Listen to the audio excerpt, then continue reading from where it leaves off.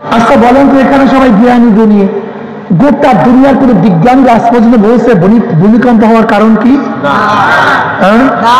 আজকে বন্যার কারণ বলেন, জলবায়ু ডিস্টার্ব, জলবায়ু খারাপ, এই যে শ্বাস জলোচ্ছ্বাস, সবই মিথ্যা কথা। সবই অনেক কথা। তাহলে আপনি কিছু অনেক কথা বললেন কেন? আচ্ছা, যেই কারণে জলোচ্ছ্বাস এই বছর হয়েছে সেই কারণটা কি চলে গেছে না আছে? এই বছর হইল না কেন? কথা হয় না। এই স্কুলের ছাত্ররা খুব ভালো মতো কথা বুঝবা, বোঝার চেষ্টা করবা। জলোচ্ছ্বাস হওয়ার কারণটা কি? সাগরের নাব্যতা নাই, এইটাই সবচেয়ে বড় কারণ। পানি ধারণ করার জায়গা না থাকার কারণে জল উপরে ফুলিয়ে ওঠে, জলোচ্ছ্বাস বলা হয় নাকি ভাই? জলবায়ু কার্বন অক্সাইড নষ্ট হওয়ার কারণে। আচ্ছা বলো, কার্বন অক্সাইড ছিল, জলবায়ুর যে ক্ষতি হয়েছে এটি কি এবছর নাই? এই বছর বন্ধ হলো না কেন? কারণ তো গত বছর তো এই বছরও আছে, বরং বাড়ছে। এবার হইল না কেন? একদিনের মাথার মধ্যে ঘিলু আছে, চিন্তা করছে একদিনও? তুমি যেই কারণে বন্যার কথা বলছো সেই কারণে যায় নাই। সেই কারণ যদি না যায় তাহলে প্রত্যেক বছরই তো বন্যা হবে। এই বছর হইল না কেন? গত বছর এই কারণে এত বৃষ্টি হয়েছে, এই বছর হইল না কেন? একদিন চিন্তা করছো? আসলে সব ইমান নষ্ট করে বানাইছে আমাদের। তোমরা জানবো না জলবায়ু হওয়ার কারণটা কি, তোমরা জানবো না অগ্নি বৃষ্টি হওয়ার কারণটা কি, কিন্তু নবী আলাইহিস সালাতু ওয়াস সালাম 1400 বছর আগে হাদিসের মধ্যে স্পষ্ট বলছেন, স্পষ্ট না স্পষ্ট, যখন এই গুনাহগুলি প্রকাশিত হবে, যখন এই গুনাহগুলি প্রকাশিত হবে, প্রচারণ শুরু হয়ে যাবে, যখন গনিমতের মাল লুটের মাল মনে করবে। এক নম্বর, গনিমতের মালকে লুটের মাল মনে করবে। যখন আমানতকে নিজের মাল মনে করবে, আমানতের মালকে গনিমতের মাল মনে করবা, পাইছি পাইছি তো খেয়া ফেলাইছি। এখন যত আমানতের মাল, সরকারি আমানতের মাল খারাপ হয়, যাদের কাছে দেওয়া হয়েছে, এই হাদিস সত্য না মিথ্যা? যার কাছে যে আমানত দেওয়া হয় সে আমানত নিজের মাল মনে করে। যখন গনিমতের মালকে লুটের মাল মনে করা হবে, যখন আমানতের মালকে গনিমতের মাল মনে করা হবে, পাইছে যে যেখানে আমানত পাইছে, যে যেখানে আমানত রাখছে, কোন আমানত ঠিক নেই, সব শেষ, সব শেষ। যখন জাকাতকে জরিমানা মনে করবে, এত টাকা আমার জাকাত কে আমি ডাউন করছে, আহারে জরিমানা মনে করবে জাকাতকে। জাকাতকে কি মনে করবে? যখন এলমে দ্বীন শিখবে না, যখন মুসলমানের সন্তান, মুমিনের সন্তান এলমে দ্বীন শিখবে না, এলমে দ্বীন শিখতে গেলে বেকার মনে করবে, বল পাইছো কি, খাইবে কি? এলমে দ্বীন যারা শিখবে তাদেরকে তাচ্ছিল্য করবে, অপমান করে অবদস্থ করবে। অথচ জাহেলের জানা উচিত, যেই একটা ছাত্র, যেই সন্তান মাদ্রাসার ছেলে 1 বছরে 30 পারা কোরআন তেলাওয়াত করে, ও যে কোনো জায়গায় বিসিএস কারার হতে পারে কোনো সন্দেহ নাই।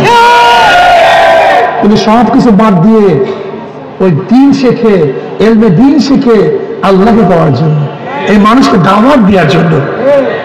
যখন মুসলমানের সন্তানরা, মুমিনের সন্তানরা এলমে দিন শিখবে না, বরং বদ্দিন শিখবে, যখন মানুষ স্ত্রী পাইরুরি করবে, কথা শুনবে, আর মাকে অপমান করবে, অপদস্থ করবে, মার কথা মানবে না, যখন বন্ধুকে, অন্য বন্ধুকে বন্ধু মনে করবে আর নিজের বাবাকে সত্য মনে করবে, এই ঘটনাগুলি নাই না?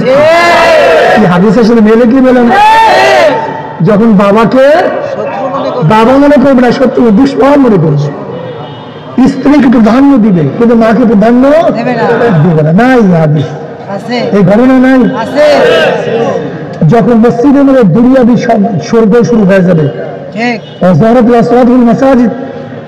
যখন মসজিদের মধ্যে উচ্চ স্বরের দুনিয়ার কথা বা কর্তা শুরু হয়ে যাবে, যখন পাপিষ্ট ব্যক্তিরা যখন পাপিষ্ঠ ব্যক্তিরা, গুনাহগার ব্যক্তিরা কওমের নেতা হবে এবং সবচেয়ে নিকৃষ্ট অচরিত্র মানুষগুলি লিডার হবে। কি হাদিসে মেলে কি বলে না?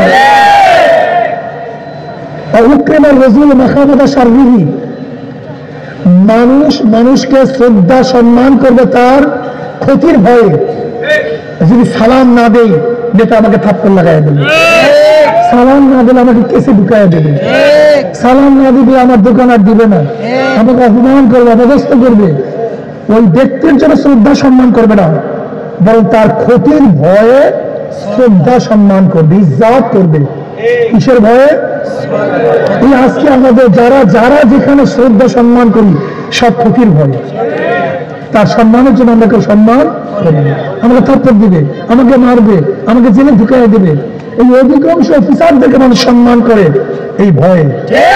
আমাকে রেকর্ড দিবে না, আমার নামে কেস দিয়া দিবে।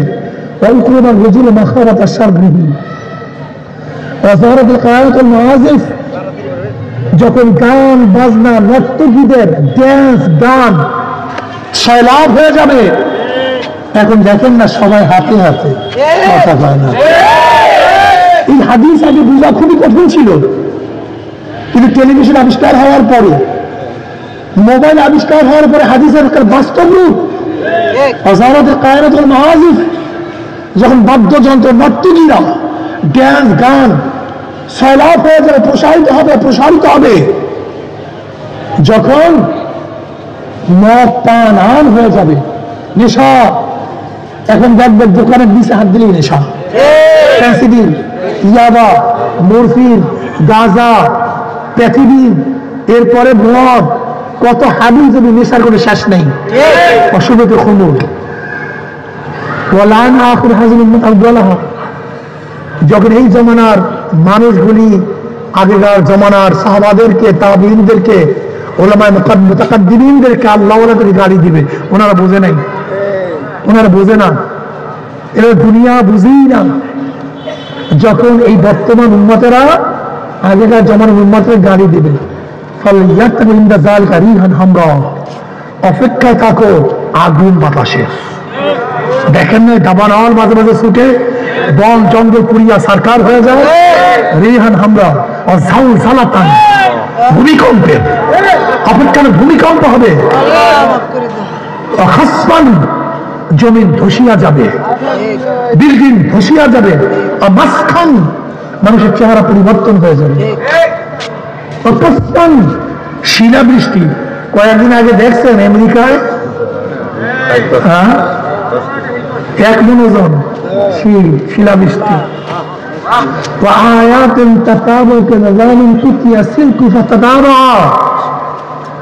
একের পর এক গজব, এর জীবনেও শুনি নেই, অ্যানথ্রাক্স শুনি নেই, তারপরে কোভিড শুনি নাই, এরপরে এখন ডেঙ্গু, আমরা জীবনও আগে জানতাম না। কথা বলেন না কেন? একের পর এক গজব, একের পর এক। যেরকম নবী আলাইহিস সালাম কি বলেন, যেরকম তসবির রশি ছিঁড়িয়া গেলে, তসবির রশি ধাম ধাম ধাম ধাম ধাম ধাম ধাম ধাম ধাম ধাম এক একটা করে দানা পড়তেই থাকে, এইভাবে একটা পর একটা গজব, একটা পর একটা গজব, একটা পর একটা গজব আসতেই থাকবে। পারলে ফিরাও, পারলে ফিরাও। মাত্র 10 সেকেন্ড নাড়া দিছে, মাত্র। আমার মাওলাকে চেন না? আমার মাওলা কে?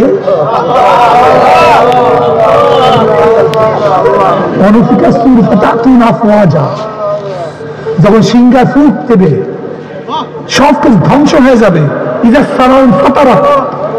আসমান ফেটে যাবে, সমস্ত পাহাড়গুলি, পর্বতগুলি পেজা তুলা বেঁধে উঠতে থাকবে। সে অপেক্ষা করো। ইসলাম মানবা না, ইসলাম বুঝবা না, কখন কি হয়ে যায়। যখন কিয়ামতের ময়দানে কিয়ামতে শুরু হয়ে যাবে, বন্য জানোয়ারগুলি মানুষের ভিড়ের মধ্যে চলে আসবে, বাঘ চলে আসবে মানুষের ভিড়ে, কিন্তু বাঘের খবর নেই আমার সামনে মানুষ, আর মানুষের খবর থাকবে না আমার সামনে বাঘ। যখন বন্য জানোয়ারগুলো মানুষের সাথে ভিড়ের মধ্যে চলে আসবে। কি বয়ান করবো কোন? আমাদের কাছে তো ভূমিকম্পের দলিল আছে, কেন ভূমিকম্প হয়? কিন্তু তোমাদের কাছে ভূমিকম্প হওয়ার কোন দলিল?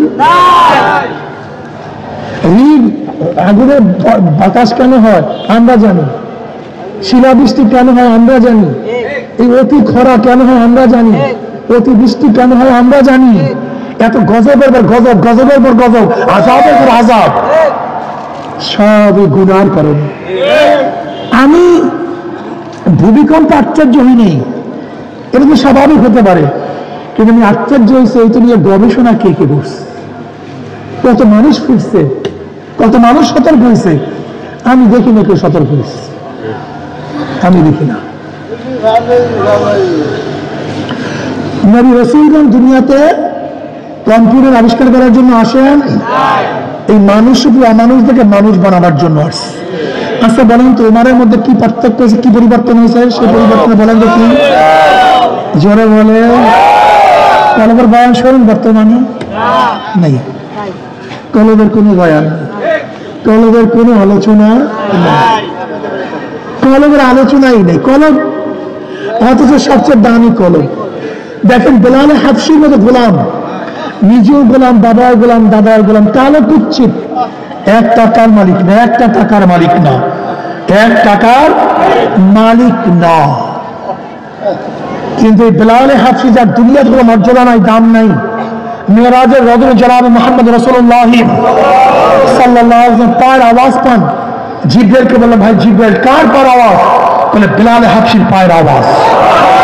বেলাল হাবশি হাতে জমিনের মধ্যে, পায়ের আওয়াজ আরশের মধ্যে, হাতে জমিনের মধ্যে।